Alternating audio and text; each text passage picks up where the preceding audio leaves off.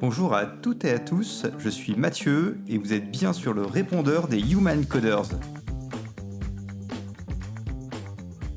Je suis content d'être avec vous dans cette nouvelle édition de ce podcast où l'on va parler techno, de pratiques de développement ou de sujets plus généraux mais toujours en lien avec l'informatique. Le concept de ce podcast est assez simple. Dans chaque épisode, je vous pose une question et vous pouvez me répondre par vocal. Pour ce deuxième épisode de ce podcast, j'ai repensé à ces projets où j'ai vraiment pris plaisir à développer. Ces moments où j'étais satisfait de ce que j'avais fait, soit parce que j'avais réussi à relever un défi, trouver une manière élégante de résoudre un problème, ou tout simplement parce que la finalité du projet avait du sens pour moi. C'est le cas par exemple quand j'ai découvert l'art génératif. J'ai découvert tout un univers où on pouvait faire de l'art avec du code. Cela a débouché pour moi sur des projets artistiques passionnants que j'ai adoré développer. Je te propose dans ce deuxième épisode de nous parler d'un projet que tu as adoré développer et pourquoi il a été important pour toi. Est-ce que tu as une anecdote ou une expérience sympa à nous raconter à son sujet? Vous êtes bien sûr le répondeur des Human Coders, laisse-nous un message après le bip.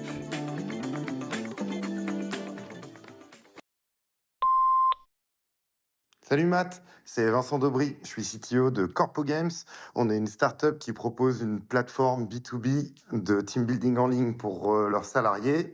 On se connaît bien, ça fait un moment que on est amis avec Mathieu et Camille, que j'ai pas mal aidé sur Human Coder sur la partie tech. Alors, mon meilleur souvenir de dev. Je pense qu'en fait, c'est mes premiers souvenirs. En fait, j'ai commencé à coder au collège. J'ai découvert qu'en fait, on pouvait coder en BASIC sur ma Casio FX92 de l'époque. Je devais être, je pense, en cinquième, quatrième, un truc dans ce genre-là. J'étais un grand fan de SF et de fantasy, et du coup, je me suis mis à coder des jeux, des petits RPG en mode texte au fond de la classe. Et franchement, c'est un souvenir incroyable. Quand j'avais fini mes premiers jeux, je pouvais les filer à des potes, je les voyais qui jouaient dessus sur ma sur ma calculatrice. C'était dingue, j'étais trop content. Donc voilà, vraiment, c'est des souvenirs assez géniaux, même si forcément, voilà, le code ressemblait à rien. En fait, c'était juste le fait de pouvoir faire ses propres jeux, pour moi, c'était fou, quoi. Salut Mathieu, c'est Jean-Phi, je suis consultant à Zenica à Nantes.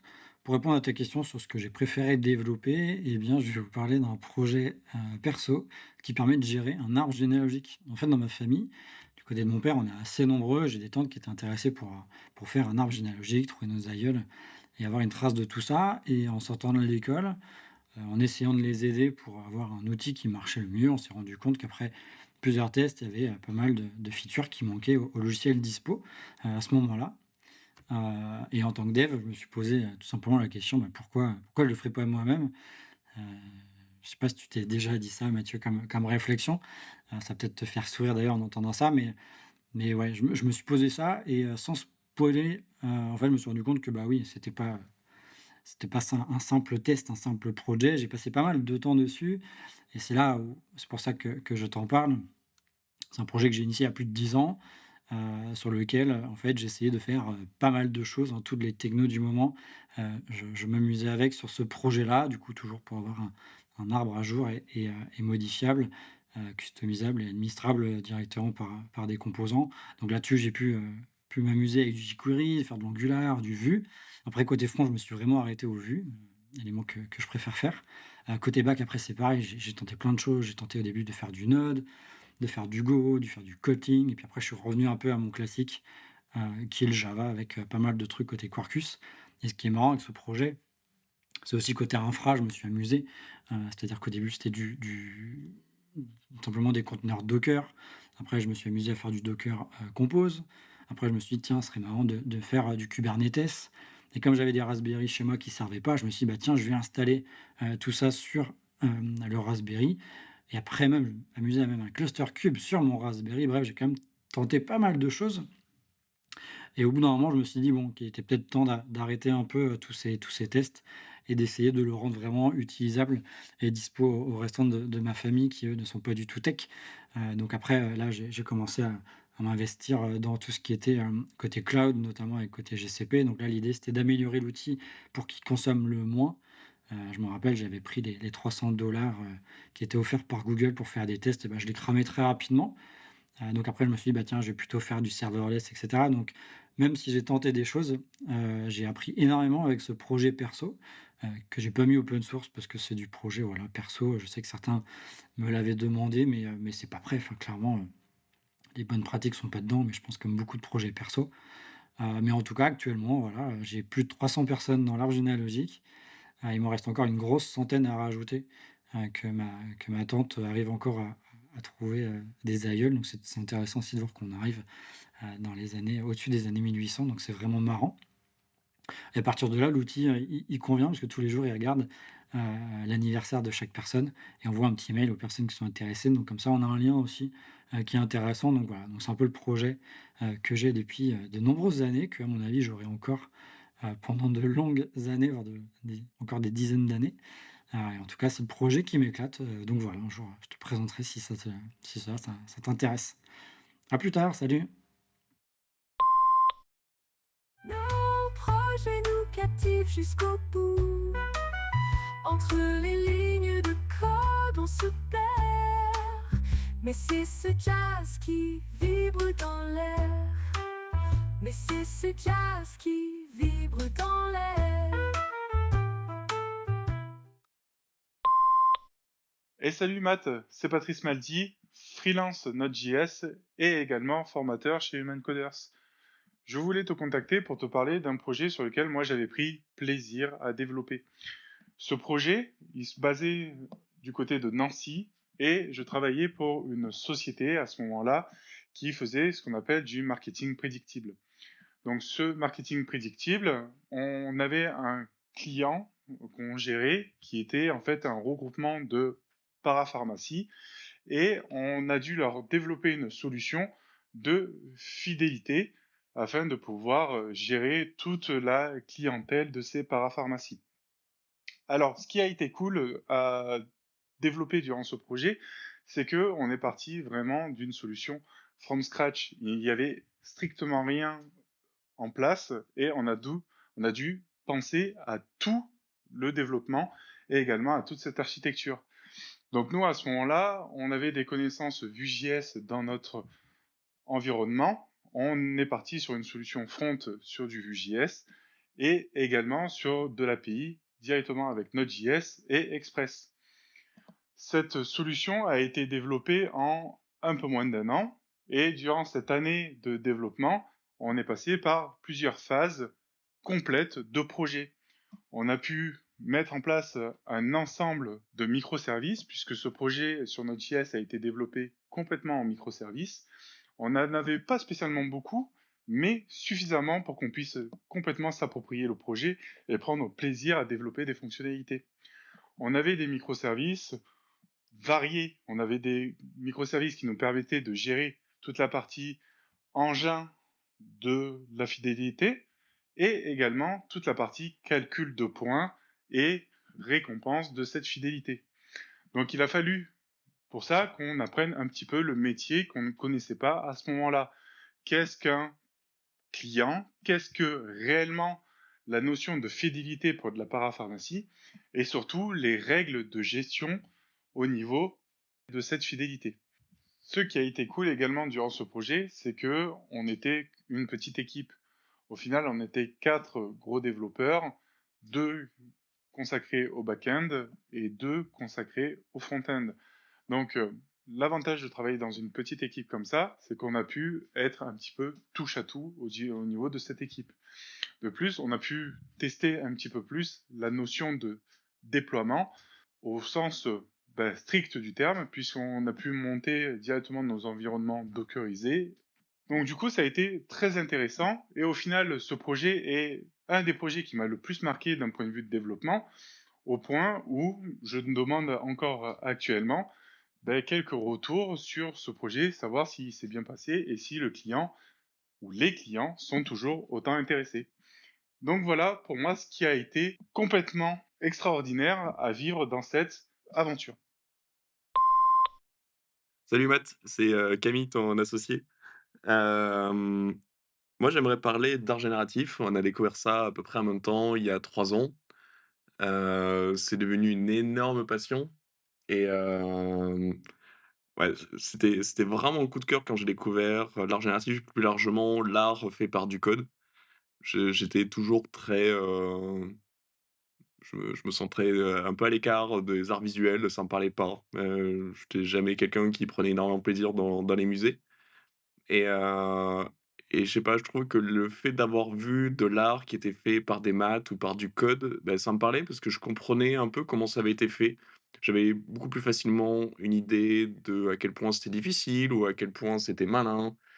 Et c'est l'esthétique qui me parlait et du coup, ça m'a beaucoup plu. Je me suis intéressé, beaucoup à ça. Donc c'était il y a 3 ans à peu près et la 1re techno, comme toi d'ailleurs, sur laquelle on a passé du temps, c'était P5.js. Ça ressemble à un genre de Paint, c'est à peu près voilà, c'est un genre de Paint mais on coderait en JavaScript. C'est très facile d'accès, mais c'était un peu frustrant parfois parce que pour faire des choses fines ou détaillées, en fait, on est obligé de passer par le fait d'ajouter énormément de petites formes et ça prend beaucoup de temps. Les animations sont aussi compliquées, pareil, pour les mêmes raisons, on peut pas animer énormément de formes, c'est plutôt lent et je voilà, pendant un petit moment, j'ai cherché un peu les limites, donc j'ai fait des pièces où je dessinais des centaines de milliers de traits, par exemple et du coup, pour avoir, des formes un peu de fourrure comme, un projet que j'ai fait qui s'appelle Folklore Radura mais je me trouvais quand même toujours un peu limité un peu plus tard, d'ailleurs, pendant qu'on faisait une collab tous les 2 qui finira par s'appeler The Source, j'ai découvert les shaders avec le langage GLSL et notamment ce qu'on appelle les fragments shaders ça a été une vraie révolution. À la base, moi, je suis dev Ruby. D'ailleurs, c'est avec ça qu'on c'était les premières formations chez Coders, c'était du Ruby et du Rails, parce qu'on vient tous les 2 de là et du coup, faire du GLSL, c'était vraiment un très grand écart pour moi parce que GLSL, ça va ressembler à du C et j'avoue que c'est pas un langage pour lequel j'avais une affinité de malade. Moi, j'ai plutôt, beaucoup fait de langages où, il y a un garbage collector, la mémoire est gérée pour moi, c'est des langages de haut niveau, il y a des API de ouf sur, tous les types. Moi, je suis habitué à ça et c'est vrai que là, c'était bizarre de tomber sur un truc où c'est fortement typé, il y a très peu de fonctions, les erreurs sont pas très explicites. Voilà, on sent qu'on écrit du code qui va directement sur la carte graphique et point barre et hem et en même temps, bizarrement, ça m'a plu. Je pensais que ce serait vraiment un truc qui me plairait pas et finalement, ça m'a beaucoup plu. Parce que finalement, déjà, c'était énormément plus rapide, c'était un paradigme extrêmement différent. C'est que, je sais pas, par exemple, pour faire un cercle en P5, bah, il fallait dire, donner le centre, le rayon du cercle et la couleur et ça le dessinait. On a l'habitude de ça. Et un GLSL, en fait, c'est un programme qui est exécuté sur chaque pixel, donc ça demande à penser vraiment différemment. Et du coup, il faut, par exemple, une façon d'implémenter serait: «Est-ce que je suis à moins de telle distance du centre du cercle? Si oui, alors je me mets en rouge». Parce qu'en fait, voilà, c'est exécuté sur chaque pixel. Et en fait, le fait que ce soit comme ça permet de faire des textures très riches, de faire des trucs très fins et je me suis éclaté à faire ça. En plus, il y avait un côté, d'un langage assez puissant, où on n'a pas besoin d'écrire énormément de code, c'est très efficace, très mathématique j'aimais bien ce côté de, je code des trucs, je vois directement l'impact que ça a, c'est très visuel et voilà, c'est quelque chose qui m'a beaucoup plu et du coup, ça fait, je sais pas, 1 an et demi, 2 ans maintenant que toute la partie artistique que je fais est quasiment full en GLSL et c'est vraiment super agréable. Voilà, donc je sais pas, ça m'a j'ai eu l'impression d'avoir des super pouvoirs quand j'ai découvert ça par rapport au P5 parce que du coup, plein de choses qui étaient compliquées à vendre sont devenues faciles et c'était beaucoup plus fluide, le rendu est très rapide, voilà, c'était très agréable. La communauté est vraiment top aussi, il y a des gens très impressionnants là-dessus, genre, il suffit d'aller sur, le site Shadortoy et voir ce que les gens, font, c'est incroyable. Il y a des projets de fou en très peu de lignes de code je trouve ça fascinant. Et voilà donc grosse passion pour ça, ça a plein de défauts, c'est hyper, galère à débugger, Les outils sont assez basiques. C'est pas très, niveau compatibilité, c'est assez galère, voilà, dans notre collab, on a dû passer genre plusieurs jours avec, BrowserStack pour le tester sur différents navigateurs avec des bugs improbables ou, des fois ça dépend du GPU, des fois ça dépend de l'OS. Voilà, bon ça c'est la partie pas super cool, comme on fait des choses très bas niveau. Il y a WebGPU qui arrive et j'espère que ça va résoudre certains problèmes. Je sais pas à quel point ça résout tout ça, mais j'espère que j'ai pas eu le temps de trop regarder encore, mais j'espère que ça résout là-dessus. Voilà, en tout cas, voilà, c'était, mon petit point sur le GLSL. J'ai adoré découvrir ce langage-là, et je vous invite, à le découvrir aussi. Ciao, ciao Mathieu, bye bye. Camille le code de sa toile, il écrit son feuille avec amour et étoile, il veut tout découvrir. Avec JavaScript en main, il trace des lignes sans fin, des couleurs dans l'air, un monde imaginaire. Art génératif, il crée, avec P5 il rêve, déchaîné par milliers, son âme dans les pixels s'élève. Alors, bonjour à tous, moi c'est Emmanuel Demey, je suis développeur freelance depuis maintenant 5 ans, avec en tout une quinzaine d'années d'expérience. Et donc, dans cet petit enregistrement audio, on m'a demandé de parler de ce que j'ai préféré développer dans ma carrière. Alors, de quoi je veux parler, c'est pas un projet vraiment professionnel chez une société ou un client ou je ne sais quoi. C'est plutôt mon premier projet open source, un petit peu important. Ça date maintenant, c'était il y a une dizaine d'années. Donc moi, je suis développeur web. J'ai commencé, je pense, avec j'ai pas commencé avec AngularJS, mais j'ai passé énormément de temps à développer des applications avec, le framework AngularJS. Et à un moment donné, je me suis dit: «Tiens, il y a ESLint qui est, de plus en plus connu, qui permet de vérifier la qualité, d'un projet». Mais, c'était pas encore à l'époque où il y avait des plugins qui existaient autour de ESLint. Il y avait aucun plugin qui permettait de vérifier la qualité spécifique à du code AngularJS. Comme par exemple, je sais pas moi, est-ce qu'on a une règle de nommage de tous mes composants AngularJS? Est-ce que certains bad patterns que AngularJS ne nous conseille pas d'utiliser, est-ce qu'on les utilise ou pas dans nos applications? Donc il n'y avait pas d'outils qui permettaient de faire ce genre de choses. Donc un soir, je me suis dit: «Tiens, comment ça marche Westline? Comment ça marche pour créer des plugins? Est-ce que c'est si compliqué que ça?» Donc j'ai creusé, à mon avis, j'ai dû reverse engineer un plugin existant. Et en fait, je me suis vite pris goût à créer mes propres règles. Donc pour ceux qui connaissent pas, ESLint, comment ça marche, c'est qu'il va parser d'abord votre code JavaScript ou TypeScript à l'heure actuelle, va vous générer ce qu'on appelle un AST, un Abstract Syntax Tree. Et en fait, à partir de cet AST, on va pouvoir exécuter un ensemble de règles. Donc il y a surtout des prédicats à implémenter. Tiens, je veux vérifier quelque chose quand je déclare une variable. Je veux vérifier quelque chose quand j'appelle une fonction. Donc en fonction du code qu'on écrit, ESLint, en fonction de l'abstract syntax tree, va exécuter certaines de nos règles. Et ensuite, c'est à nous de définir, OK, dans ce cas d'usage de mon code, est-ce que celui-ci est conforme ou pas par rapport à ce que je souhaite? Donc j'ai commencé ça tout seul. J'avais 5-10 règles. J'en ajoutais au fur et à mesure parce que je disais du AngularJS chez les clients. J'ai commencé à communiquer un petit peu dessus. Il y a eu des contributeurs qui sont arrivés, etc.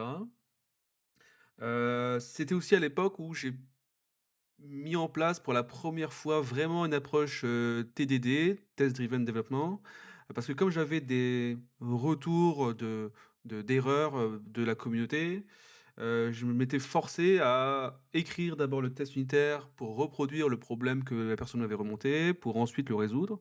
Donc au départ, quand j'avais codé ça de mon côté, j'avais quasiment 0 test unitaire. Mais à force d'avoir des retours de la communauté open source, bah, j'arrivais, je sais plus combien j'en avais à la fin, mais J'en avais 600 ou 700 tests unitaires. Donc à force, j'avais vraiment une bonne ceinture de sécurité permettant de m'assurer de la non-régression de mon outil. Donc j'ai essayé de suivre les évolutions de ESLint, le packaging de plugins, etc. Au fil du temps, jusqu'au jour, je ne vais pas dire que c'était la consécration, mais en tant que petit développeur, faut pas se mentir que j'étais très content de voir ça. Chaque année, il y a une conférence Angular qui s'appelle NGConf, et donc il y a plusieurs années, donc ça doit faire il y a 7 ans, je crois, 7-8 ans, en conférence NGConf aux États-Unis, il y avait John Papa, qui était quelqu'un de très connu dans l'écosystème Angular, qui travaille à l'heure actuelle chez Microsoft, je crois, qui a mis ma tête en plein écran devant tout le monde en parlant de mon plugin. Et donc à partir de là, j'ai eu encore de plus en plus d'utilisateurs. Donc mon plugin, bien évidemment, à l'heure actuelle, en 2024, il est de moins en moins utilisé parce que AngularJS est en perte de vitesse et que la nouvelle version Angular, l'équipe d'Angular propose déjà de base des plugins, des règles ESLint spécifiques pour cette nouvelle version. Donc je ne me suis pas amusé à créer les miennes. J'ai laissé l'équipe principale d'Angular proposer les règles qui convient pour n'importe quel type d'application. Donc voilà le projet que j'avais en tête. C'est assez.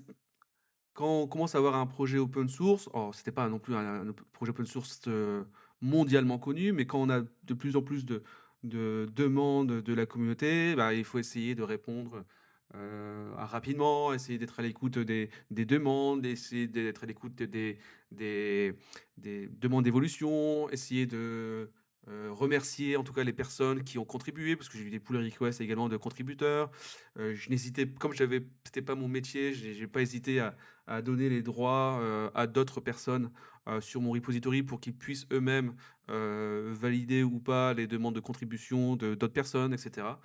Donc en tout cas, c'est un travail en soirée qui prend du temps, mais en tout cas, c'était une excellente expérience pour moi. Hello, c'est de nouveau Mathieu. J'ai réfléchi à cette question et je me suis demandé, et toi, qu'est-ce que tu répondrais? Il y a beaucoup de projets que j'ai adoré développer, mais il y a un type de projet, je pense que j'aime particulièrement. C'est ceux qui ont un impact sur le monde physique. Ce sont des projets les plus fun que j'étais amené à développer. Il y avait souvent une grande part de créativité et ça faisait souvent réagir pas mal de personnes autour de moi qui étaient complètement étrangers à la technique. C'est le cas par exemple quand je me suis mis sur mon temps libre à la robotique. Je m'étais amusé à utiliser l'API d'une interface Arduino pour piloter différents éléments de Lego Mindstorm, comme des servomoteurs, des capteurs en tout genre. Il y avait des constructions Lego souvent disponibles en open source sur lesquelles je pouvais partir et il me restait juste à programmer l'ensemble. C'était vraiment sympa d'imaginer, par exemple, des petits robots qui peuvent se déplacer et prendre des actions en fonction de ce qu'ils perçoivent du monde extérieur. Par exemple, ramasser des balles de couleur dans un labyrinthe, trouver le plus court chemin en fonction de certaines contraintes. Il y avait beaucoup de possibilités. C'est aussi un excellent moyen de faire découvrir la programmation à des personnes qui débutent complètement. Les autres projets auxquels je pense, car ils prennent aussi une place dans le monde physique, ce sont les projets artistiques que je développe en ce moment. L'idée est de concevoir des tableaux en papier découpé. J'utilise par exemple des traceurs de découpe en fonction de modèles de données générés par du code. Cela permet de pouvoir réaliser des découpes très détaillées qui auraient été très difficiles à faire à la main. Quand on pense qu'on peut utiliser ces traceurs pour dessiner, peindre, graver, découper, faire du rainage, du débossage de papier, les possibilités sont vraiment immenses et ça peut aboutir à des créations vraiment sympas et faciles à partager des personnes qui ne sont pas techniques. Donc voilà quelques exemples. J'espère que ça vous aura aussi donné envie de vous lancer à votre tour.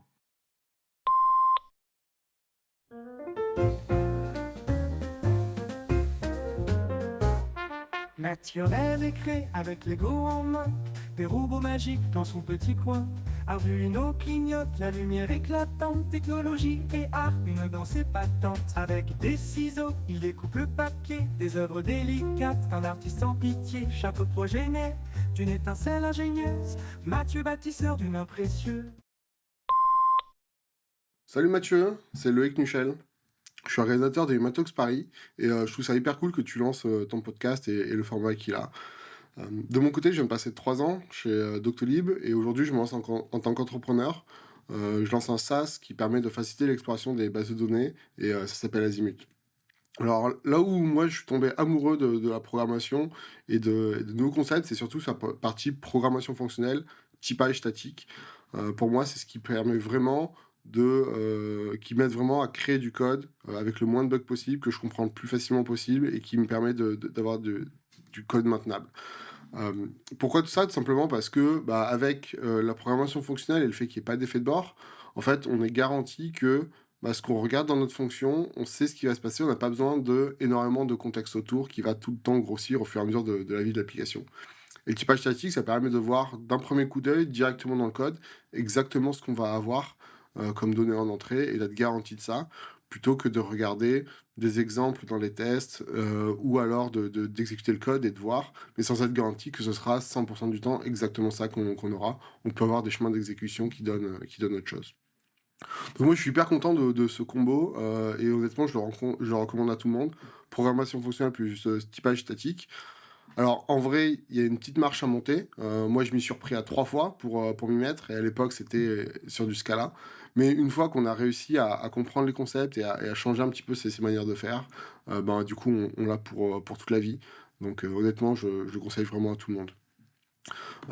D'ailleurs, j'apprécie tellement ça que quand j'ai lancé Azimut il y a 3 ans, au lieu de prendre JavaScript et TypeScript que je connaissais déjà, comme la plupart des gens, j'ai cherché un langage qui soit, encore une fois, purement fonctionnel, statiquement typé, et j'ai découvert Helm, qui compile en JavaScript, donc qui me permet de faire tout mon front là-dessus, et donc qui m'a permis de garder ce code hyper clair. Et aujourd'hui, 3 ans plus tard, avec du code que j'ai écrit, du coup, il y a pas mal d'années, dans un langage que je découvrais et que je connaissais pas à l'époque, mais je suis toujours hyper confiant pour continuer à modifier mon code, à le changer, sans aucun problème. Et j'ai pratiquement aucun bug sur l'application. En tout cas, je passe pas du tout de temps sur la correction de bugs. De temps en temps, il y a des petites choses à corriger. Essentiellement sur la partie qui n'est pas en Helm, d'ailleurs, en passage. Mais vraiment, c'est ça. Et en fait, c'était ça le but du choix de Helm et du côté side project. C'est que vu que j'allais avoir peu de temps, parce que du coup, ça va être mes soirées week-end, il fallait absolument que ce temps-là soit investi sur de l'apprentissage, et du code et de la feature et des choses qui me plaisent plutôt que du bug fixe qui moi j'apprécie pas du tout. Dans les côtés de ce que j'ai aimé coder, alors moi j'ai toujours trouvé que l'informatique c'est organiser l'information finalement de manière un peu générale. Et donc tous les projets qui permettent de faciliter la compréhension, d'organiser l'information, de montrer la bonne information au bon moment, c'est toujours des choses qui m'intéressent vachement et j'ai fait ça un peu dans tous mes projets. Donc il y a quelques temps, j'ai codé un projet qui s'appelle GoSpeak qui permet aujourd'hui au Human Talks Paris d'organiser le call for paper pour avoir les propositions et tout ça. Et puis récemment, chez Criteo, j'ai développé un data catalogue qui permet de faciliter un peu la compréhension la documentation des bases de données. Et aujourd'hui, je me lance vraiment sur Azimut, où de la même manière, c'est exactement ça. La vision d'Azimut, ça va être de faciliter l'exploration et la compréhension des bases de données, histoire que pour tout le monde, que ce soit des gens très techniques, pas techniques, les bases de données soient plus un mystère et soient beaucoup plus faciles de les gérer. Donc moi, c'est vraiment ça qui me plaît finalement dans le code, et dans l'informatique, ça va être de montrer que les choses sont plus simples, faciliter la vie des gens et on va dire malaxer l'information pour que les choses soient plus claires. Donc voilà, j'espère que ça t'a plu, que c'était hyper cool. Ravi d'avoir participé à ton podcast et à une prochaine. Salut! Salut Mathieu, c'est Gwendal, je suis consultant en cybersécurité depuis quelques années maintenant. J'ai commencé le développement web en 98 et en 2015, j'ai changé mon fusil d'épaule pour m'orienter vers la sécurité. J'ai passé une certification en ligne qui s'appelle l'OSCP et puis j'ai fait du bug bounty à plein temps pendant plusieurs années. Depuis 2020, je suis donc officiellement auditeur en cybersécurité. Je fais des tests d'intrusion, des audits de code et des audits de conformité. Je donne également des formations via Human Coders, l'une concernant le langage PHP pour débutants, une autre concernant le hacking et la sécurité des applications web modernes, et enfin une autre concernant la sécurité des applications spécifiquement basées sur le framework Laravel.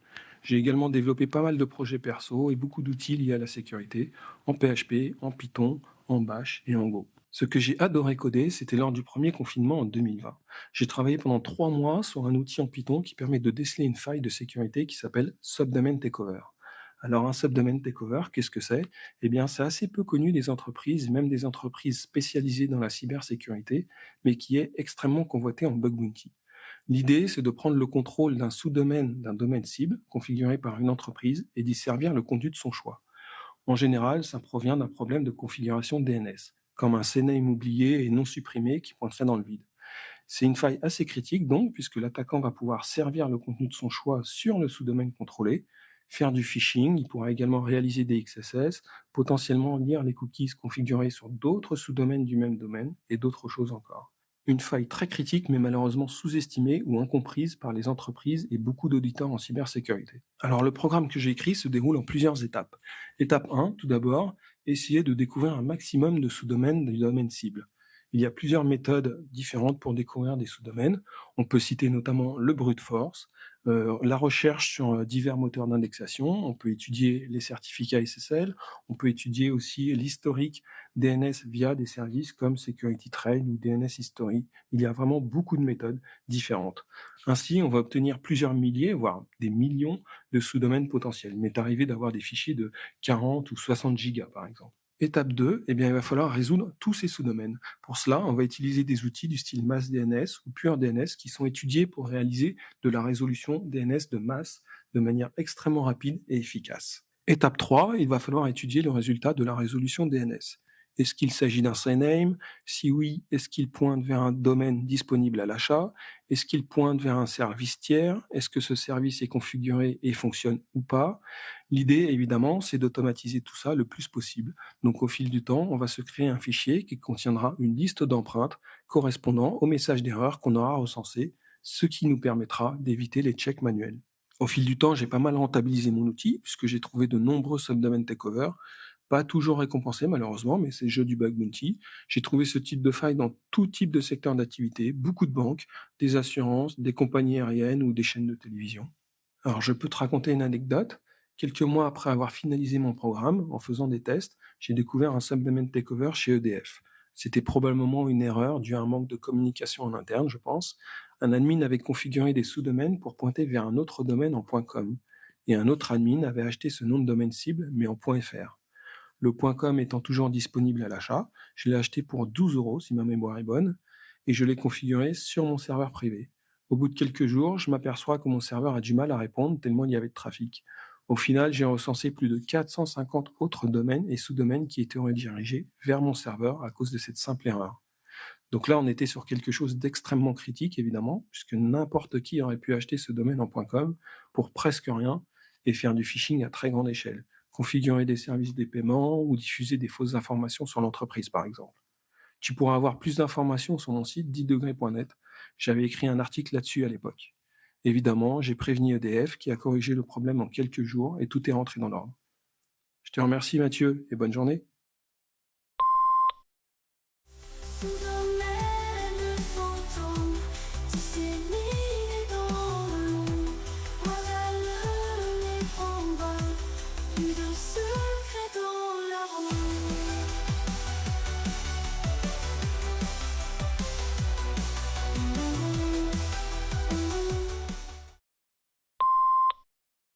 Bonjour Mathieu, tu m'as appelé et tu m'as demandé ce que j'ai préféré développer et pourquoi.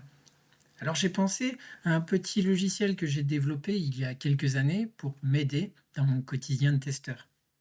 Je m'appelle Sébastien Bourseau, je suis développeur-testeur et j'anime une formation Cypress pour Human Coders. Alors, je vous donne le contexte. Il y a quelques années, je vérifiais les pages d'un site e-commerce, donc je faisais ça tous les jours. Et puis, il n'y avait pas beaucoup de documentation. Donc, ce que je faisais, c'est que j'ouvrais la page et puis je vérifiais, tiens, est-ce que c'est bien ISO par rapport à la version qu'on avait avant? Est-ce que les évolutions n'ont rien cassé? Mais je me disais, mais vérifier comme ça, il n'y a pas besoin d'un humain pour faire ça. Un robot, il pourrait faire ça très bien. Alors j'ai fait quelques recherches et puis quelle techno pourrait on pourrait connecter pour essayer de faire un peu ce que je faisais. Et puis donc j'ai trouvé du Selenium pour contrôler un navigateur, et puis un truc un peu bas niveau pour manipuler les images, faire des différentiels. C'est un binaire, c'est image magique. Bon, c'est bas niveau, mais ça avait semblé faire le boulot. Donc je me suis amusé à connecter tout ça. Et donc c'était assez sympa à faire. Je me suis lancé là-dedans sans trop savoir si ça allait marcher, si j'arriverais à un résultat. Et la bonne surprise, c'est que ça marchait plutôt pas mal au final. Donc j'avais un petit robot qui parcourt les pages que je lui ai demandées, et donc qui parcourt la nouvelle version et qui vérifie si c'est ISO par rapport à la version d'avant. Et si c'est pas ISO, il me produit une jolie image en disant tac, ça, voilà ce que j'avais avant, voilà ce que j'ai maintenant, et puis en surbrillance, ce qui est différent. Donc ça, c'était plutôt pas mal. Alors, c'était pas parfait parce qu'il y avait beaucoup de faux positifs, mais c'était pas si grave parce que les faux positifs qui remontaient, donc ils me disaient là il y a une erreur, là il y a une différence en tout cas, ça allait très vite à contrôler en fait ces faux positifs. Tac, là il y a une différence, non, c'est pas grave, c'est pas gênant. Ou là, ah oui, là par contre c'est un vrai bug, et là, à ce moment-là, on pouvait créer le ticket. Donc assez amusant à faire, assez amusant de connecter des technos vraiment très différentes, l'une pour contrôler le navigateur, l'autre pour faire des diffs sur des images, et puis composer une nouvelle image avec un différentiel, tout ça. Donc c'était assez rigolo à développer. Et puis ce qui a été fou, c'est que ça a vraiment été utile. Ça a permis comme c'était automatisé, ça a permis de contrôler beaucoup plus de pages que ce que moi j'aurais fait. Et donc, alors évidemment, on a trouvé des régressions, des choses qui disparaissaient alors qu'elles devaient rester là en principe, mais aussi parfois des trucs vraiment qu'on n'aurait jamais vus. Par exemple, je me rappelle, donc c'était un site e-commerce. Sur une page catégorie, on avait l'ordre des produits qui n'était plus le même. Il y avait un bug sur le tri. Mais sans ce truc automatisé, on ne l'aurait jamais vu. Donc, ce petit logiciel développé, donc assez rigolo à faire, et puis qui s'est vraiment révélé utile, alors qu'au début, en me lançant là-dedans, je savais même pas si j'avais pas de certitude, est-ce que ça allait marcher ou pas. Donc souvent quand on se lance comme ça, en fait, on finit par buter, et puis ça marche pas. Mais ça vaut le coup toujours, je pense, d'essayer, parce que parfois, on va tomber sur une petite pépite, et puis un truc qui va vraiment nous faire gagner du temps. Voilà, je voulais partager cette expérience. J'espère que ça t'a plu, Mathieu. Bonne journée, salut. Hello, c'est de nouveau Mathieu. Merci encore pour vos messages. J'espère que vous avez eu autant de plaisir que moi à les écouter. Si vous avez aimé ce podcast, n'hésitez pas à liker ou à nous suivre sur Spotify ou Apple Podcast. Nous construisons ce podcast avec vous, donc n'hésitez pas à nous proposer des idées pour les prochains sujets ou encore à participer aux prochains épisodes sur humancoders.com/podcast. D'ici là, prenez soin de vous et je vous dis à bientôt dans un prochain épisode.